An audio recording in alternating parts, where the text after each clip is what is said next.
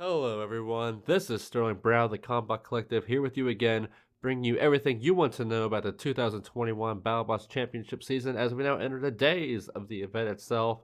And we finish off our Battlebots preview series here. We're doing the last two parts, two very different parts in themselves. Capping off with part number 7, the Florida region, and then lastly, part number 8, the international and overseas region. Joining me here for these last two parts, of course, coming from Pennsylvania area again. We're talking about our US Correspondent Pory Nog, who's been riding along with me this whole way. I couldn't thank him enough for helping me do all these BattleBots analysis. And you too, you can join along here as well by going into our description and looking at the Combot Collective BattleBots info document, which has info for all 60 plus BattleBots competitors this year, fairly in depth. And if you want to keep following along after that, you can find us on Facebook or our Instagram or in our Discord community. All those links, of course, as well, you can find in the description below. And if you want to keep listening to us through audio, we would love to have you from there as well. You can find our audio series on Spotify, Apple Podcasts, Audible, or anywhere you can find your podcast, or as you're watching here, or wherever you may be watching, our YouTube series, which will have some video highlights of every robot you see here that we speak about.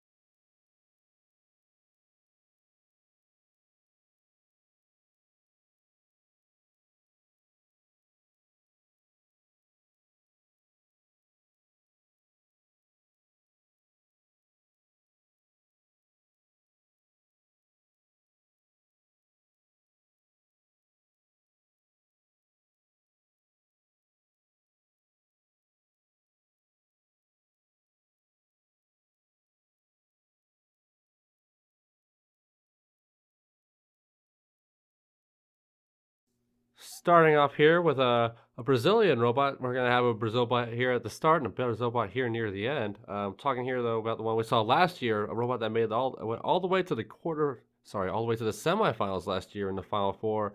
One of the most impressive robots in 2020, boasting a 5-2 record, not getting knocked out once in any of his fights, and even having one of the most spectacular fights of the entire competition in the top 8 against Ribot. And what I would say is probably one of the best cripple fights we've seen in the sport ever. Both robots that are just fighting to stay alive. Of course, we're talking about Black Dragon here, the semifinalists, with a career record of 10-4. We saw them win the Desperado tournament, which I don't know if they should have belonged in. But that was a few seasons ago.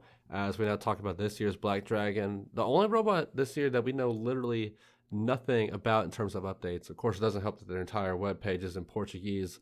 But from what we've translated, it's a lot of sponsor business and not much about the brand new robot. But there's not much there's not much really you need to change about Black Dragon. The U-Ryer technique is always making these compact egg beater 2-wheel drive thick wedges that we see in pretty much every weight class they compete in. They always do super good. They always usually bring home multiple championships or multiple medals depending on where they go. And hopefully that won't be the case here because they are on my King of Draft team. Like I said, no updates this year, but likely some rotation of team members. They are a school team, so we do see that with every season. But do we see them making that same run again this year, Pory? What do you think of Black Dragon coming into this new season? I mean, I love Black Dragon. It's a great robot. It's powerful, well driven. It's a good design. Yeah. Um, as for a run like last season, it's definitely possible. I could see them making the semis again. I don't know about a full on championship run, but I think my prediction's probably going to be safely around like like quarterfinals, somewhere in that ballpark.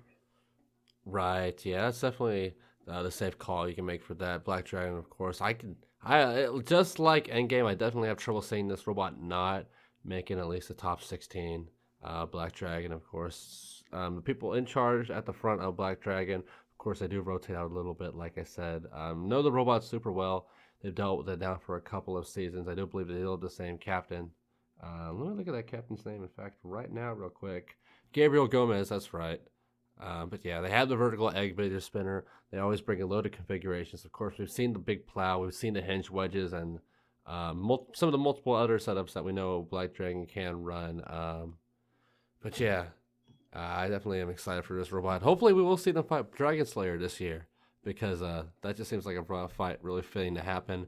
Maybe even a fight, maybe even a rematch against Ribot. What do you think Ribot would stand up in that? Because I don't know. I don't know. Yo, listen.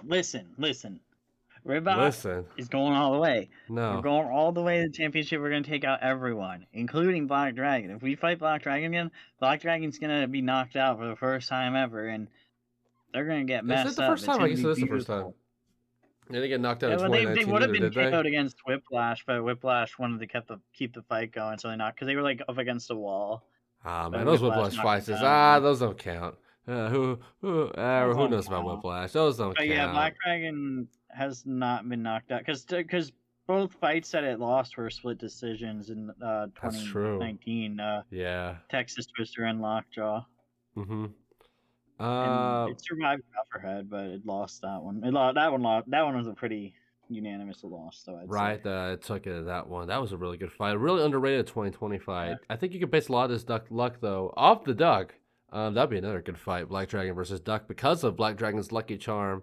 A little stuffed animal that has its own Facebook page, interestingly enough, talking about Mono Duck.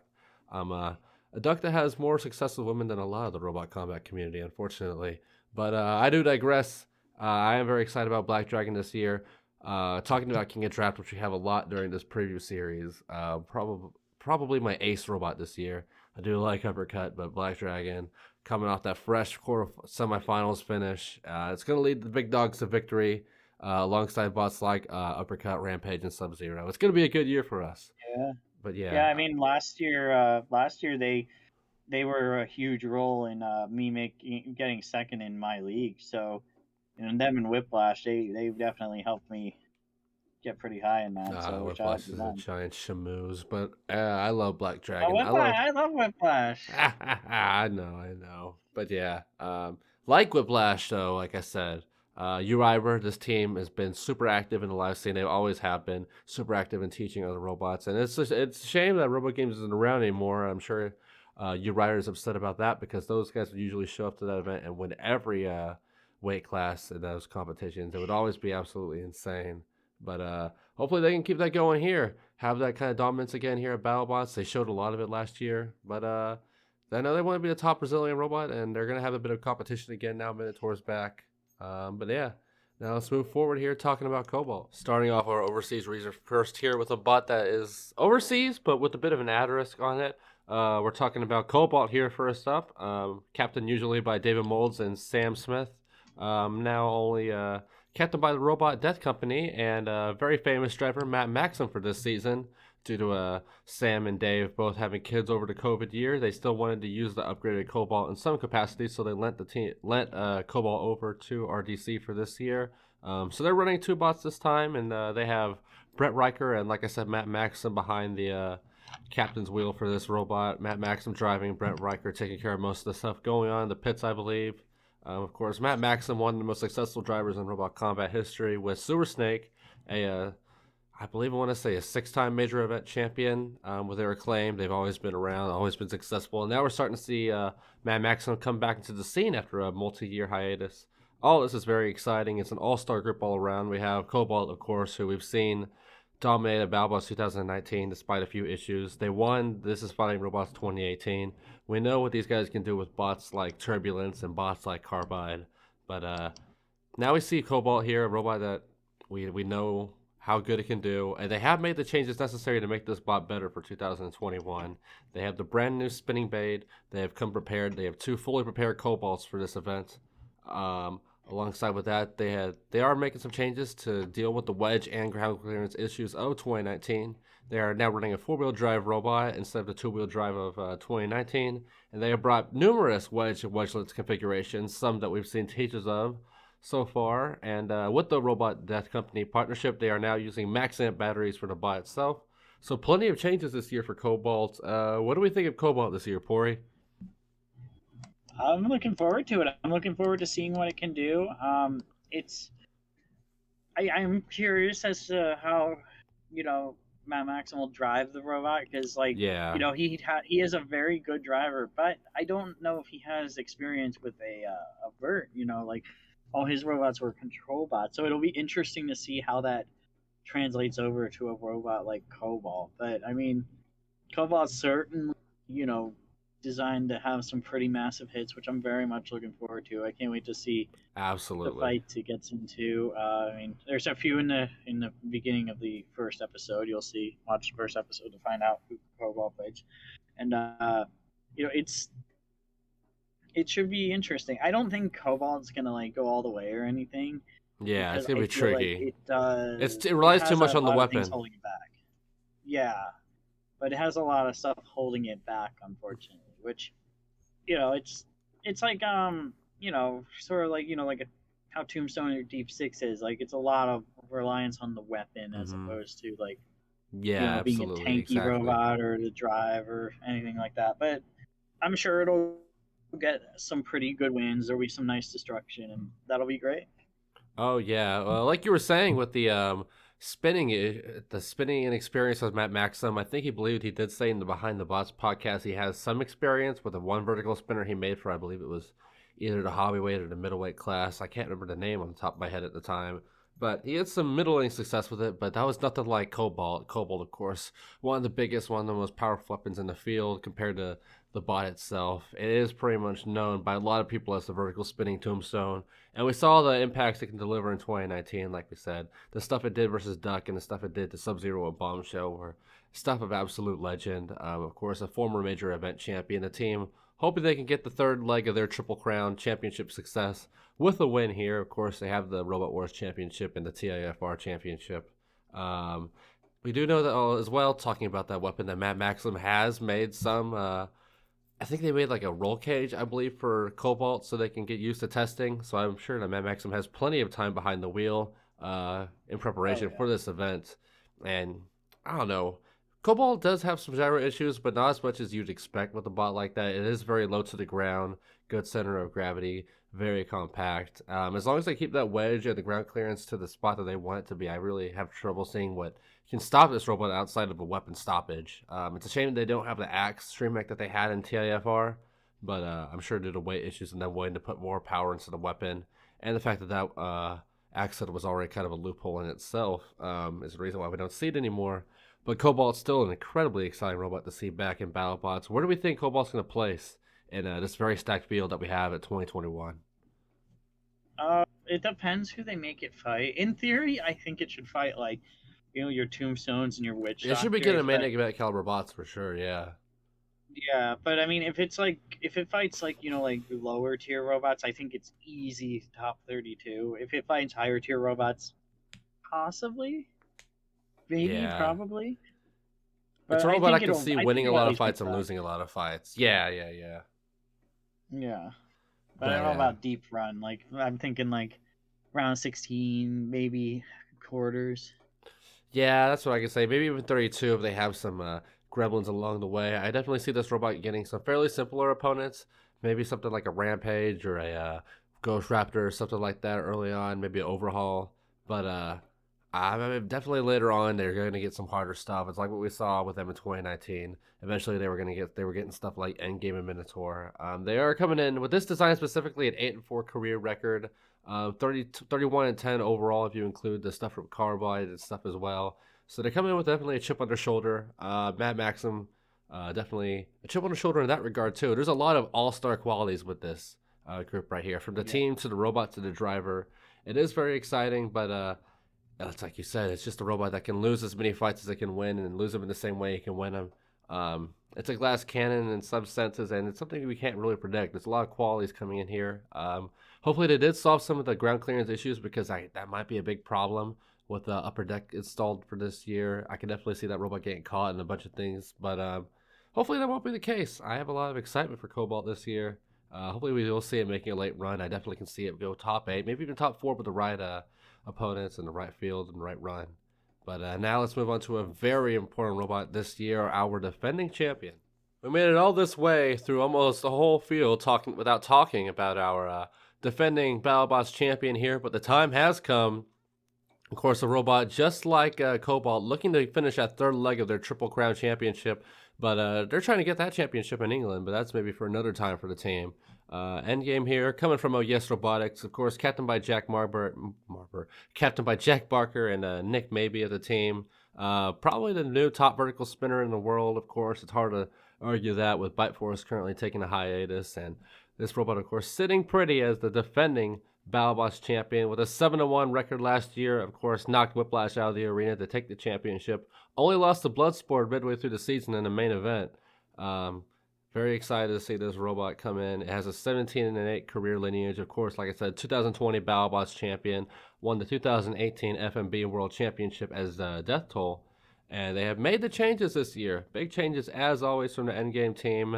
Even when they do come with a championship victory, they're coming in super prepared weapon-wise. We're seeing 12 separate known vertical spinners on their pit table from footage we've seen. 3 whole sets of front wedges and a ton of MaxNet batteries, of course, their sponsor. Coming into this season, they have made some mild modifications to the front wedge of Endgame, so looks like it will be taking impacts a little bit different with the shape of it. And but the big update that we do know about this year is that the Endgame now has magnetic forces applying traction to the robot. From what we know, we don't know the exact weight of it, but we know it is fairly significant. They want to do this so they can have less issue with gyroscopic forces and to have more traction, make it harder to flip, which might be very important in their first fight here against Hydra. What do we think of the defending champion here, Pory? I mean, it's a defending champion for a reason. I mean, it's a wonderful robot. Yeah. I'm not sure if it'll be a champion again though, because Endgame, while it is an excellent robot, it is. I don't want to say it's a glass cannon because it's not quite at that level, but like they added that reliability this year, I think, to get yeah, away from that glass cannon connotation. yeah. I mean, they've definitely stepped it up this past year, and I'm sure that momentum will continue this year. But yeah. I mean, it looks good again. You know, it's as long as it drives right and doesn't get bodied by its opponents, I could definitely see it doing a deep run again. I'm not sure about championship, but you never know. Yeah, I don't know. I have trouble seeing this robot not make the top 8. I feel like I don't know if like you said, I don't know if it's the best robot in the world. It's hard to call it the best robot in the world when you have bots like Bite Force out there, and bots like Eruption who are sitting dormant, not able to fight anyone of real competition. But Endgame's super successful last year. Of course, we did see it not perfect. We did see it lose to Bloodsport. That's a fight I really want to see ran back this year. I feel like Bloodsport deserves that fight. But I digress. This is a serious contender. As always, like I said, I feel like it's going to be hard to not see this robot make the top 8. It's going to end up with a high seed. Even with a bad record, I feel like they're going to end up with a fairly decent seed, have some decent opponents, make it far into the bracket. But one thing I will say, I don't know if they're going to win this first fight. We can now safely talk about it. As the time we're recording this, the fight card's already out. That main event versus Hydra, I'm going to say it boldly right now. I think Hydra's going to win that fight by knockout. Yeah. No, I don't think so. I mean, everyone acts like Hydra is like the second coming of Christ in robot combat form, but like Hydra is definitely gonna win some fights, but I don't see. Yeah, like this first one. I don't see it beating Endgame, and I also don't see Hydra going I don't see them going all the way. You know. I don't know if I see. You said. Actually, no, you're thinking about them as a champ, but I don't. I don't see it happening, unfortunately. I mean, for one, Ribot, but for two, it's just like there's too many weaknesses for it, But I feel like Endgame is probably. I'm at least predicting them. I mean, this. By the time you put this preview up, like the fight will have aired, and I might look like a total idiot on the podcast. I don't know, but seriously, on the day before the show airs, I'm saying I think Endgame will win. Right, that's fair. That's fair. I didn't think about that. This one will come out a day after everything airs. It's all good though. But yeah, Endgame. He says Endgame will win. I definitely think Hydra's gonna win. I mean, we saw a lot of Hydra last year. There was a lot of fights. I saw it, and I just thought, oh, this is gonna be the one Hydra loses. This is gonna be the one Hydra loses, and it just didn't lose. And it ended up taking the wear down of a full body spinner and then a control bot to finally take it out. But I didn't digress. We're talking about Endgame here. They have made those changes. We have seen their upgrades to the fork game. We've seen the crazy long forks we saw in their Battlebots preview that they just posted, talking about their fight with Hydra coming up. And while we don't think they're going to be using forks that long, and they aren't going to be hooking them by screws or anything like they were joking about, we do know that they are coming in with the long forks, and I do know that they will be coming in long forks outward, shorter forks inward to hopefully cup in some robots. So they definitely have a chance in that regard. It's going to be hard to beat Endgame this year. I will be very interested to see who they end up facing. We do know they're going to be taking on Whiplash. Or not Whiplash. We do know they're going to be taking on Hydra, like we were just talking about. But who else could this robot face? Are we going to see them hopefully get rematches against bots like Whiplash and Bloodsport, or maybe something a bit different like a Scorpius or a Sawblaze or a Tombstone maybe again? Who knows? But I am very excited to see Endgame this year, as we now move away from the world champion and now to a robot from a brand new region for BattleBots. Coming in now, the only European robot in this event due to unfortunate circumstances, and a bit of a unfortunate robot this year, as we're now talking about Germany's own Jaeger, the only closer robot this year. So in their very first fight, we're going to have the whole talk of Chris going to Kenny being like, so do we think 2 is better than 1 this year? And then Kenny's going to be like, oh, I don't know. But that's how it's going to go down. But yeah, we're talking about the only closer robot in the field this year. No Gemini, of course. This is Jaeger. They were supposed to come in with 3 different robots that were going to be interchangeable as the 2. But due to some COVID and team issues, they only have the undercutter and the overhead saw this year, which is a very fascinating combination for a multi-bot. It's going to be interesting to see what they're able to do. Other issues, though, came for the team this year. Of course, we saw a lot of the British teams have, and a lot of European and teams in general. We saw with Ominous, too. Not able to attend this event due to visa issues and COVID issues. Jaeger did not escape from that, despite being the only European robot this year. Only the captain from Germany, Rolf Schneider, was able to make the trip. But they do have some luck. I believe Emmanuel Carrillo and some of the Big Dill team, and maybe even some of the Mad Counter team, are helping with the pit crew on Jaeger this year. So they've kind of been adopted into that Western Ally robotics circle, at least for this event. It's absolutely fantastic robot to look at. They have the big, bold, the green and the pink. And the upgrades are pretty decent. They have good VESC systems in both their robots. They're both well armored using Hardock steel. They have moved up a lot of the weight in the undercutter robot to the front for allowing for better durability. So it should be a really solid robot. They have custom-made wheels and a custom-made gearbox for their drive. So plenty of good things we're seeing about this robot. Like I said, plenty of spares. They said they have multiples of these robots made and ready for this event. So despite the issues, hopefully we will see a long run at a Jaeger this year. I don't know if they're going to be a contender, but I'm just so excited to see robots from new countries competing in BattleBots. This sport's all about internationality, and I'm excited for that regard. What do we think about Jaeger this year, Pory? I like it. It's a cool robot. I love multi-bots. I really do. And Yeah. this is like arguably the most unique multi-bot that we've seen. I mean, we haven't seen a lot. We've seen there's Gemini. There's Four Horsemen's Four fairly Horsemen. unique, yeah. Yeah, they're fairly unique, but I feel like to be a viable multi-bot, you kind of have to be a 2-piece, unfortunately. Yeah. And thankfully, Jaeger is that. And I like the variety. I like the fact that there's an undercutter and a hammer saw. It's a shame the drum couldn't make it, but Yeah. it should still be fun. Like have the hammer saw get under an opponent and hammer onto him, and just have the Undercutter just charge in, yeah. There's definitely some good teammate combos that can be made here if they drive right. It's going to be a little tricky with someone driving the other half of the robot that has no knowledge of it, but it's veteran driving, Yeah. so I think they should be able to overcome it.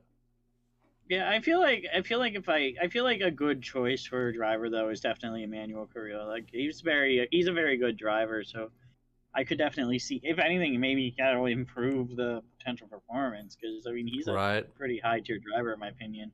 Already with a championship this year with Banana Run at Orlando. Of course, that was after this, but still very successful driver. And we even seen it in the West Coast, and we've seen it. I mean, they're flying him over to the UK to compete in the Lab Fight Fest later this year. That's cool. Yeah, that is pretty cool. That's when they had that mini big deal for that they were doing. But okay. Yeah, it's gonna be pretty exciting to see that. But talking about Jaeger here, of course, this is the first ever German heavyweight since we've seen Lucifer competing in the German live or the UK live event scene. That robot a bit more of a Super Snake style bot, a bot that tried qualifying for Robot Wars, I believe, once for the later series, but no luck. Jaeger, though, making its televised debut. This is its first televised German robot we've seen, and I believe it's in quite some time. There wasn't a German robot on any of the recent Robot Wars International events, were there? I don't think so. I I don't could be think there wrong. was either. Um, I'll have to look that up real quick here. But very excited for Jaeger this year. Some people are making the mistake saying that the Jaeger this year is a 280-pound robots. That is not true. They are the full. They will be the full 250 for the event, which is Hmm. good. Um, it's a shame that because I do believe that Yeah, interchangeable setup would have been a really useful thing, and maybe a thing that we will see in cluster bots in the future. Have up to 5 different bots you can rotate out of. There could be some real potential there. But yeah. no, I heard what they wanted to do was they apparently wanted to like do the tunnel intro and go to the arena with the three bots on the cart, so the opponent wouldn't know which two he was deciding until like the very last second, oh, that would have which I been think is a vile. pretty clever idea. Yeah. Yeah, but no, it's like I said, it's going to be an uphill battle. There's a lot of teams, a lot of people, a lot of fans really counting out Jaeger this year because of the cluster bot issues. I mean, that's already something that weighed Gemini down even after a decent 2019 season. It's just a hard thing to escape. On top of that, you have the travel issues. It's probably might be the unluckiest robot coming into the event. I know a lot of people are putting it at the bottom of their lists in terms of who's going to do good and who's going to do poorly. But you can't count on any of these robots. Robots like this is a real wild card. It seems like, from what the team has said, that this robot is properly reliable, very robust, and from the undercutter, from what I see of it, I definitely can see that. I would say, but only time will tell. I think a lot's going to depend on its scheduling. Of course, there's no Rumbles this year. I would imagine Double Jeopardy is going to end up with it because they love putting that robot against That's what multiple I think. Yeah. robots. Yeah, I feel like that has to be the first fight. That'll be a good first fight for both of them too, because both of them got to kind of teeth out what they're doing. They're both a bit unique in that regard. That would be a good first fight for it, I would say. But a lot depends on what they get on later on. I can definitely see them getting an all-star in round 2 or 3. Someone really serious. I can knock them around for a little bit, really test that durability. But it's gonna be hard to see this robot make the playoffs in his rookie year. It's freshman year here, just due to everything uphill for the robot. But all it just needs is to get those 2 wins, and I would say it's safe for that. But it's gonna be a little tricky. Hopefully, they do manage the 1 win though in this season. Talking about a lot of the robots we've seen come back after the COVID season here, taking that 1 season hiatus. I don't think there's a single robot that has been talked about more than this robot right here. One of the most destructive robots, one of the most notable international robots in all of BattleBots and the world itself. We're talking about Minotaur here, the 2018 grand finalist at BattleBots, coming in with a 5-4 record after a really up and down 2019 season, and the last time that this team in general has fought since that event. But now they're coming in here with a 57-23 career lineage if you include Toro Maximus alongside Minotaur's lineage. If you just count Minotaur's lineage, they are 15-7. Coming in with some big changes though this year. Outside the robot themselves, the big change is the fact that Marco Megalario not there this season due to, I believe, family or COVID issues. Instead, the robot is captained by Junior Souza, a man very familiar to some of the King of Bots fans out there. I'm sure they recognize this guy. A guy who captained Big Karaoke and King of Bots 2. Very solid vertical spinner that we saw in action at that competition. The one that unfortunately got absolutely destroyed by Megabyte midway through that event. Now they come in though with like I said, a very solid captain here with plenty of experience and the same driver, Daniel Freitas, who of course at the time of this event was dealing with some serious family tragedy. Fought through it though, showed up here at BattleBots to rip some robots apart, get it out of his system. We're excited to see Daniel Freitas here, one of the best drivers, probably the most aggressive driver in the entire sport. But talking about Minotaur itself here, not too much is known about the upgrades of Minotaur, just like its buddy Black Dragon. But we do know that they are coming in with some brand new Max Amp batteries, Max Amp LiPo batteries, powering both the drive and the weapon. A new set that they haven't ran before that they're hoping brings them the most power and reliability. My apologies, for the 2021 season. And the most notable change that we've only recently seen made for Minotaur is the fact that they are bringing a brand new set of chunky long forks. This looks like it's either AR 500 steel or hard X because these things look absolutely sturdy. They're all gray, absolutely chunky things. I can't imagine they could run a too heavy drum with them, but a lot of these robots now trying to accommodate to that long fork meta that we saw in the Final Four Battlebots of 2020. And Minotaur is not going to get caught up in the ride. They're going to be right there for the train of change. And we're seeing this unique fork set here. What do we think of Minotaur this year, Pory? I mean, they look great as always. I mean, Minotaur is always a treat. They're always very well driven, very destructive. They're a fan favorite for a reason, for sure. They bring a lot of excitement. Yeah, like there's Minotaur's fights always make TV for a reason. You know, they don't have any basement fights. Every fight they have is a banger, pretty much. Yeah, I mean, you know, it is a shame that some of the up and downs they've had to take this year. Of course, we do know that they were in kind of a weird limbo state coming into 2020. We didn't know if they were going to compete or not due to Daniel having a kid and all of that. But now that they're here again, at long last, finally coming in now, with like I said, a bit of an uphill battle due to the fact they missed the season, and they did have some serious troubles making it all the way to the top 8 in that. In the last time we did see them putting up that 5-4 season, having some losses to robots they probably shouldn't have lost to, but now that they've made those changes, we all know that Riobots has the pedigree and the credentials to be an absolute top tier team in just about any event they compete in. But will they be a top tier team after making this hiatus, Pory? Where do you think this robot's going to end up finishing here? I mean, if Minotaur doesn't make the top 32, I'll do something like really embarrassing on camera. Drink like, Buble. They're gonna make the top. I'll drink Well, I'm already drinking Buble for something. I don't remember what. Drink Buble for something else. It's really good. All right, if Minotaur doesn't make the top 32, I'll drink a can of Buble. But I'm pretty like, you really think they're not gonna make the top 32? I mean, Minotaur is gonna make it. As long as they don't go 0-3, man. I genuinely do wonder what they're going to do with the All-Star that goes 0-3, because that's something that inevitably has to happen, I would imagine. But Minotaur is, like I said, as long as they have one solid win, they're probably going to be there. Yeah, that's what I think. I mean, we know their first fight. We know they're fighting Sawblaze. Sawblaze in the very opener, yeah. Which means you know it's going to be a banger fight. Plus, that's a pretty crazy matchup. I think Sawblaze is going to win that, if I had to guess. I mean, like I said in the previous entry, like, you know, I could. Since this video is going up after the premiere, like, people might be watching this and being like, "What's this idiot talking about?" Like, maybe Minotaur does win it, but I'm probably gonna go for Sawblaze in that. But I there's like not many robots I could see beating Minotaur overall in the field. Yeah, Sawblaze, definitely I can see where you're going for. I can imagine that Minotaur's gonna be running some top paneling, maybe some Lexan on the top of Minotaur for this fight. But excuse me. Like you were saying, I definitely think Sawblaze is going to be able to easily control the little box like Minotaur, take it to a lot of those walls, take it into that little cranny zone where thanks to the upper deck, and lay down some real points with that weapon. But on the flip side, you know, Minotaur, one of the most durable, one of the most nimble robots in the entire competition, and I definitely can't see Sawblaze doing much to limit Minotaur's ability in the long term at this fight, going through the 3 minutes.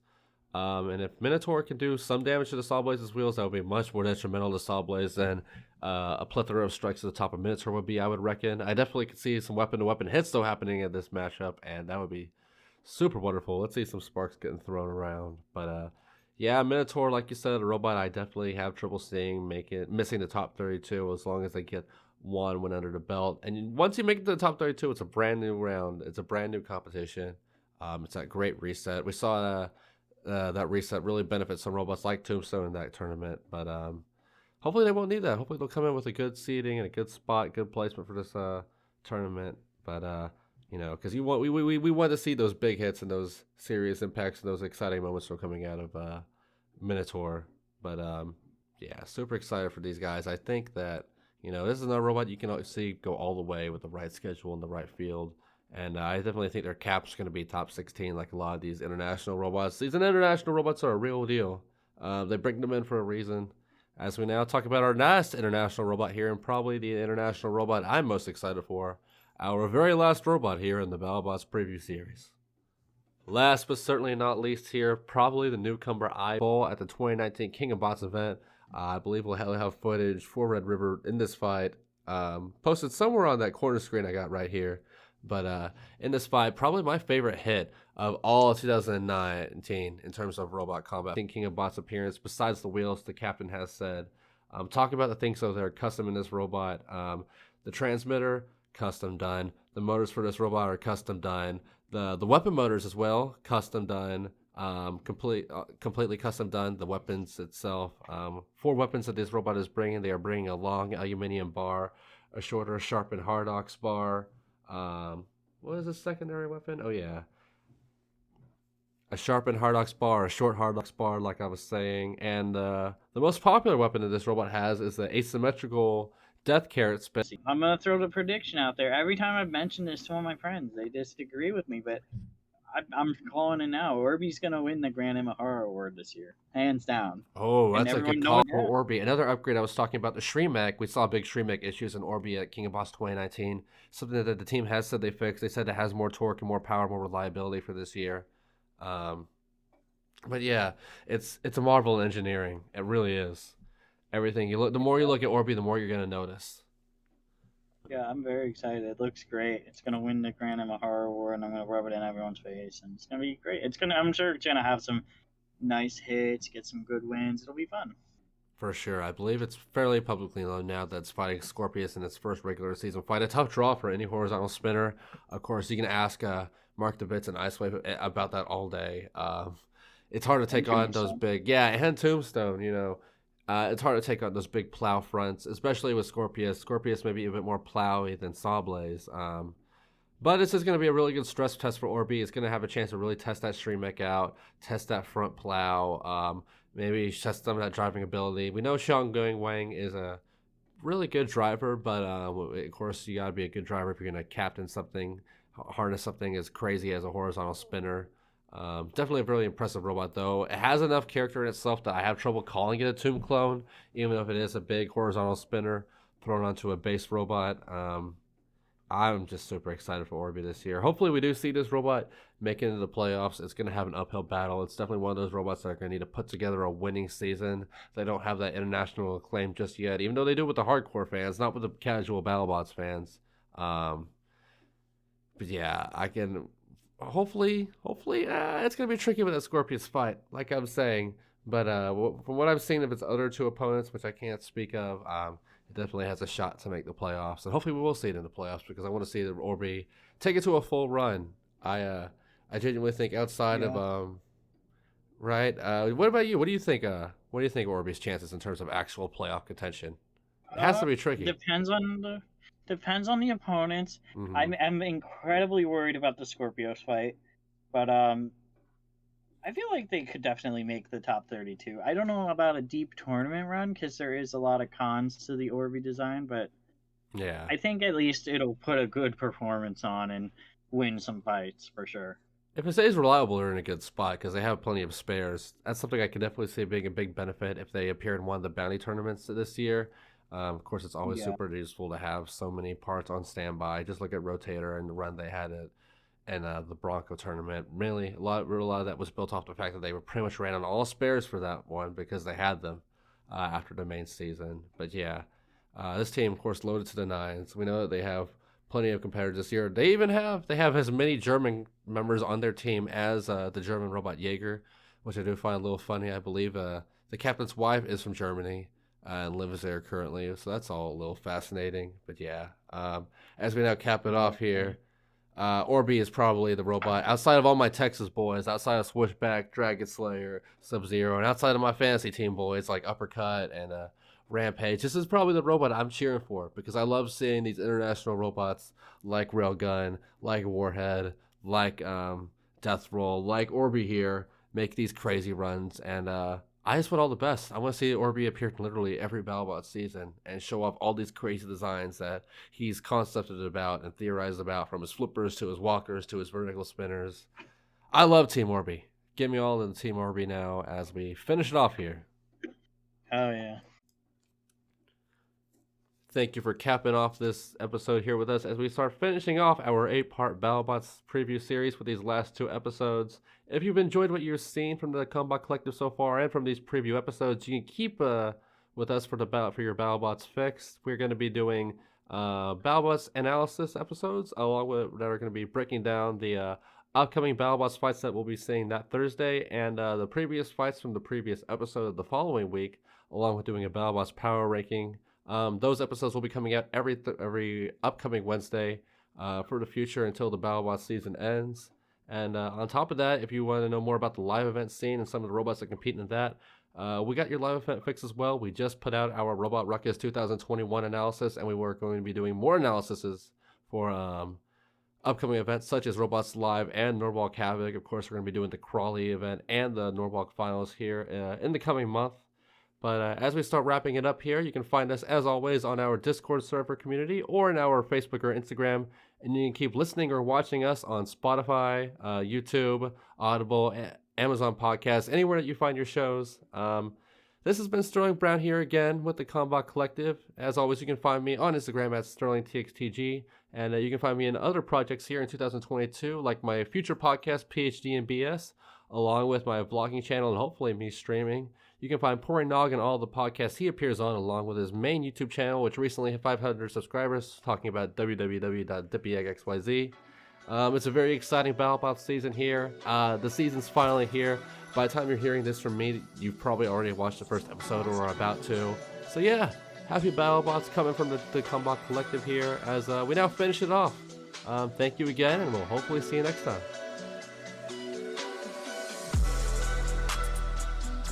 This was the Combot Collective. Find us on Instagram and Discord.